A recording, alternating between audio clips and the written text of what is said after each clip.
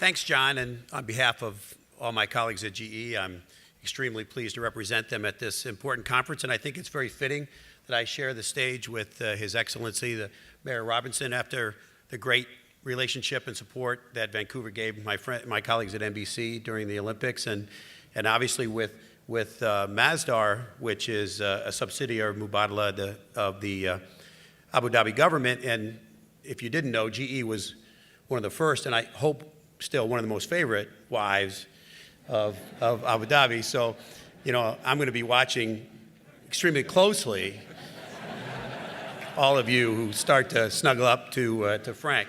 But, you know, the great thing is that this isn't, you know, a local discussion. This really is a global discussion. And the way, you know, GE looks at this is that this is the outgrowth of a lot of dynamics that have been happening for a long period of time, and I think will continue to happen. So if you look at sort of the world we live in today and the world that's been shaping over recent history, you know, there is a continual battle over resources, and there will continue to be one, not only natural resources, but human resources. And so there is also battles over markets and how you access markets and to be local or global or to be competitive in those markets. And then probably more importantly than any recent time in history, policies and institutions and governments are going to have a huge impact on the world that all of us do business in. And so if you think about all of those things coming together in a world that has gone through obviously some tremendous challenges. If you just look at the global growth, the GDP, the world economic output over the last few years before this recession, we had a fairly healthy global growth that was really, from a visionary perspective, going to support all of the investments that people wanted to make. And then obviously this global downturn has changed that dramatically. And as we come out of that global downturn, what you see is the emerging markets, driven mostly by China and India, continuing to grow at somewhat slower pace, but not tremendously slower, and yet then the rest of the developed world being almost flat. And so if you think of those dynamics and then you think of the challenges associated with that, it just makes this that much tougher. And we really are,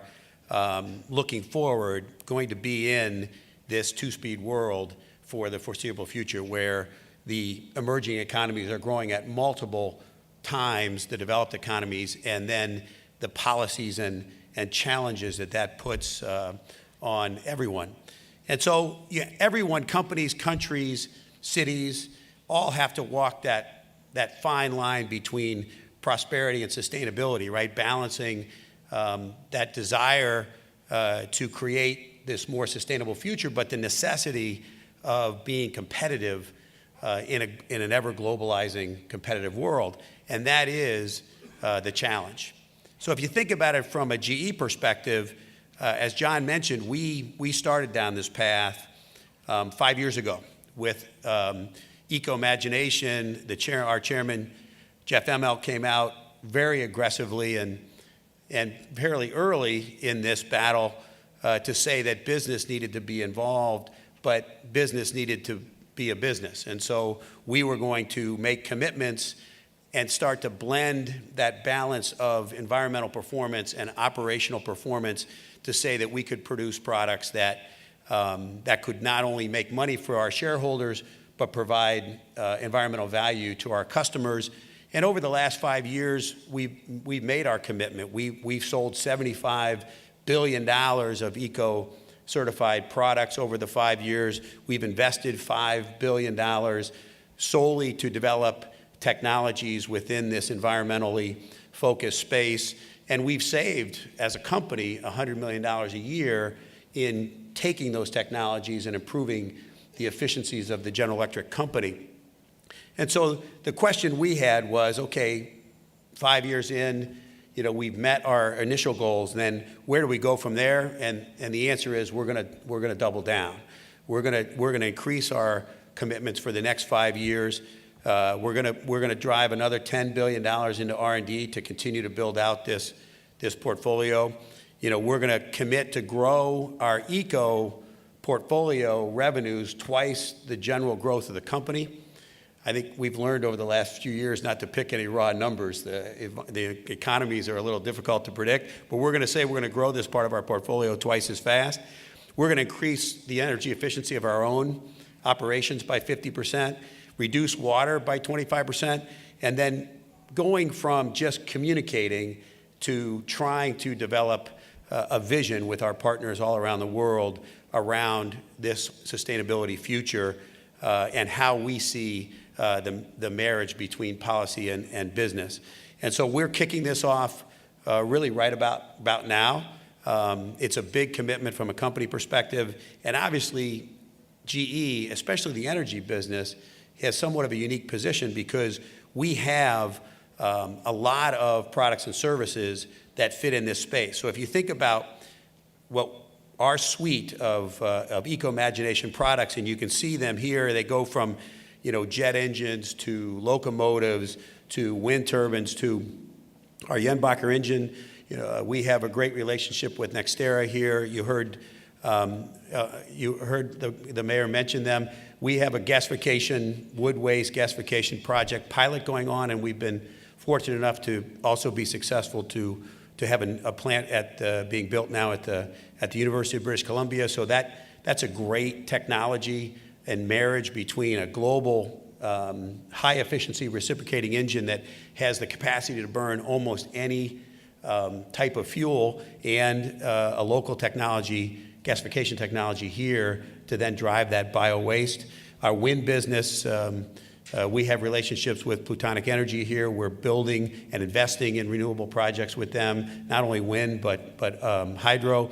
We have a lot of investment in the water portfolio because water, the balance not only of the challenges of water and the challenges of energy, but the amount of water that's utilized within the energy industry really focus, GE as in a very unique spot to work on both sides of that. And our water business is investing a lot of technology to use gray water for industrial water. Water reuse is a big focus you'll hear from GE, especially within US and North America. And so this portfolio continues to grow, and it provides us a very unique set of technologies that we can work with partners all around the world to drive pilots like the ones we're doing here in British Columbia, and really then prove out these technologies and allow them to be scaled.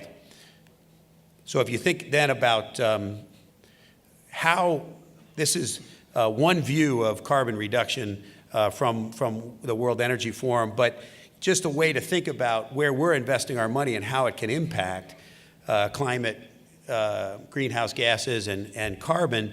Energy efficiency, you hear a lot of discussions about capturing carbon and non-carbon generating types of energy, but in this world, we create a lot of energy from carbon-producing fuels, and if we can increase the efficiency, it has a big impact, and that's actually what the mayor, as he talks about existing buildings and improving the efficiency of those buildings, that goes to, from our perspective, to power plants and to all other types of infrastructure. So whether it's doing combined heat and power projects versus just energy, whether it's just improving the efficiency of aircraft engines or locomotives, we're investing tremendous amounts of money in those types of technologies really to allow the products to move up the efficiency scale.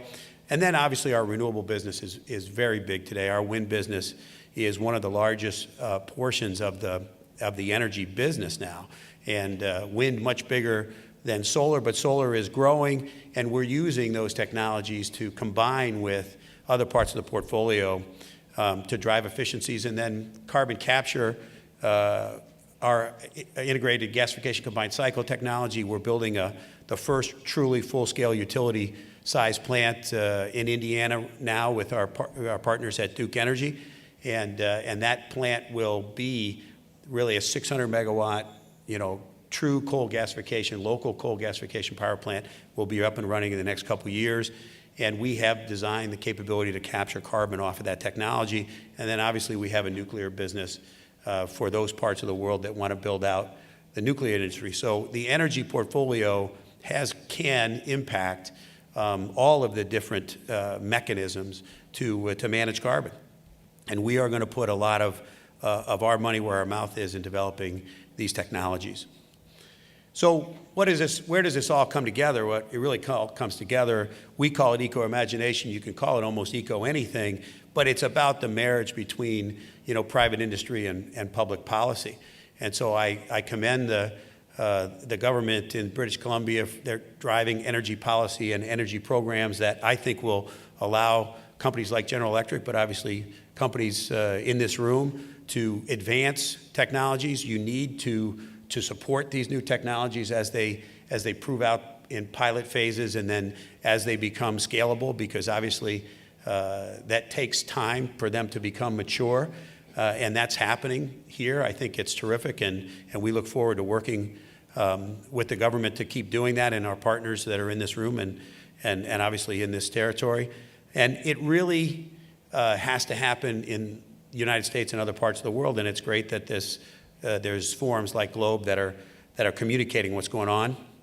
So if you think about where we want to go from here, this is really a collaboration. It's not just GE, it's not just the institutions, it's really everybody from governments to customers to employees to consumers. We are trying to impact the progress in these critical issues across the board. And again, we feel like GE is uniquely positioned to do that because of the breadth of our portfolio, the breadth of our global reach, the activism of our employees, and our ability to work with institutions and governments around the world. But the bottom line is this is a huge global collaborative effort. It really takes the participation of everyone.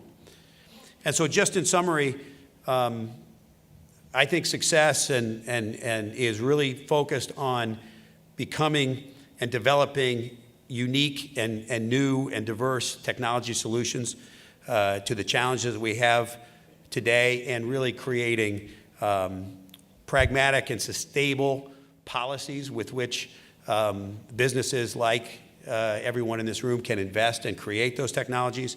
I think each of us as business leaders, as leaders in our community, have to step up and do what's necessary to support the progress to a more sustainable future.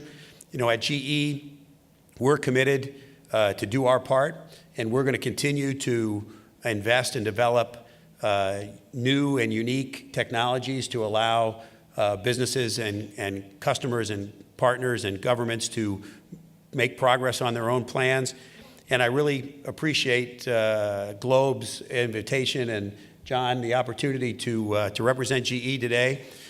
We look forward to working with everyone in this room and everybody around the world to help you create businesses that will drive a more sustainable future. And I look forward to seeing you in the GE booth, or seeing you or getting between you and Frank if you get too close as the conference goes on. And so thanks again, and enjoy your conference. Have a great couple days. Thank you.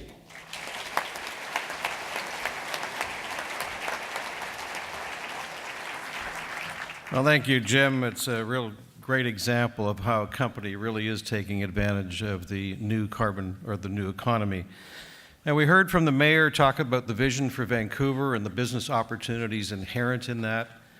We heard from Frank the opportunities for marriage. We heard from Jim about the products and the company that is really taking advantage of that green economy that is out there. And Frank, really your point that renewable energy is here to stay, I think, is a really important one. Bottom line of all this is that the green economy is here to stay. The opportunities are great. The opportunities are here, and that's what really Globe's all about. So thank you very much, the speakers this morning. I'd like to now invite you all to have coffee and come and visit the trade show for the next half hour before the next sessions take place. And I thank you for this morning's. Thank you.